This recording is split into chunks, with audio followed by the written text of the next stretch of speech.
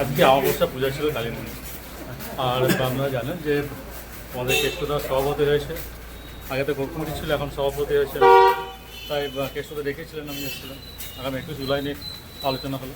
দাদা, কাজল ঘনিষ্ঠ তো আপনি, সেইভাবেই চেনা যেত আপনাকে। আমি তৃণমূল ঘনিষ্ঠ তৃণমূলের বিধায়ক। আমি কাজলদার সঙ্গে আছি, অনুব্রতদার সঙ্গে আছি। আর এখন কাজল কেষ্ট করলে হবে না, আমাদের একসাথে থাকতে হবে। তার কারণ মাত্র 5 জন আমরা বিধায়ক, মাত্র 5 জন বিধায়ক আমাদের একসাথে অনুব্রত মণ্ডল নেতৃত্বে জেলাকে এগিয়ে নিয়ে তা কাজলদা জানে আপনি এসেছেন? অবশ্যই জানবেন, নাহলে তো আপনাদের মাধ্যমে জেনে যাবেন। আপনার সাথে বিধান মাঝি দেখা করতে এসেছেন? আসতেই পারে, এমএলএ পারে তোলে চান্স না। তো মঞ্জলের সঙ্গে পার্টি অফিসে দেখা গেল আপনাদেরকে, এবং কি কারণ জানেন? অনুব্রত মণ্ডলের সঙ্গে তো সবসময় ছিলাম, সবসময় আছি, এবং আজকে নতুনত্ব কিছু তো নয়। জেলা সভাপতি হওয়ার পর এই আজকে দেখা গেল আপনাদেরকে। আমি তো কলকাতায় ছিলাম মিটিংয়ে, যেদিন ঘোষণা হয় সেদিন তো কলকাতার মিটিংয়ে আমি ছিলাম, যেদিন ঘোষণা হয় সেদিন। আজকে সেই বিশেষ meeting-এ। কোনো বৈঠক হলো?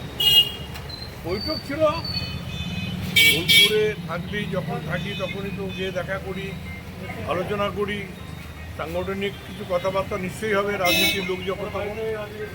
সুতরাং এখানে তো আর রাজনীতি জন্মলগ্ন থেকেই তো আছি একসঙ্গে দুজন, আমরা সবাই একসাথে আছি। এইখানে দেখা গেল বিধানচন্দ্র মাঝিকেও দেখা গেল, নানুরের যে বিধায়ক। যে দলকে ভালোবাসে বা যার দলের প্রতি আনুগত্য আছে, আজকে সেখানে অনুব্রত মণ্ডল সভাপতি হয়েছে তৃণমূল কংগ্রেসে। সুতরাং সেখানে তো সবাই আসছে, এই তো আজকে প্রতিটি জায়গা থেকে মানুষ আসছে, তারা তো খুশি যে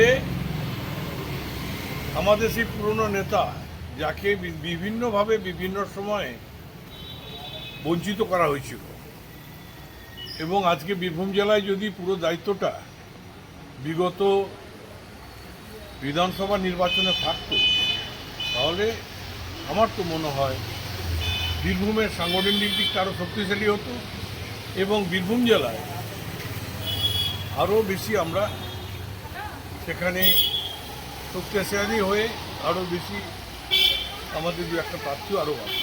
তাহলে কি অনুব্রত মণ্ডলকে জেলা সভাপতি থেকে সরিয়ে দেওয়াটা কি ভুল হয়েছিল? দেখুন, এটা আমরা বারবার বলেছি, অনুব্রত মণ্ডলকে যখন জেলে পাঠানো হয়, জেল থেকে তখনও কিন্তু আমাদের নেত্রী তখন মমতা ব্যানার্জি বলেছিলেন কেষ্টর জন্য চেয়ারটা ফাঁকা রয়েছে, কিন্তু কেষ্ট ফিরে আসার পরেও সেই জায়গাটা কিন্তু পূরণ করা হয়নি।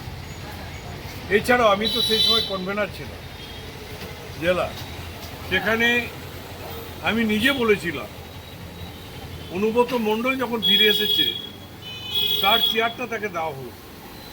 এখন আর এরপরে এই কোর কমিটির কোনো দাম থাকে না, কিন্তু সেটাকেও গুরুত্ব দেওয়া হয়। সুতরাং আজকে বীরভূমের মানুষের কাছে তো নিশ্চয়ই একটা নতুনত্ব কিছু আছে, অস্বীকার করে তো লাভ নেই। এবং আজকে এতগুলো এমএলএ আছে, এত এমপিরা আছে, সংগঠনের যারা শক্তিশালী মানুষ তারা আছে, আজকে সবাই আসছে অনুগত মণ্ডল সঙ্গে দেখা করতে। সবাই কি আবার একসঙ্গে কাজ করবে বলে মনে করছেন তো?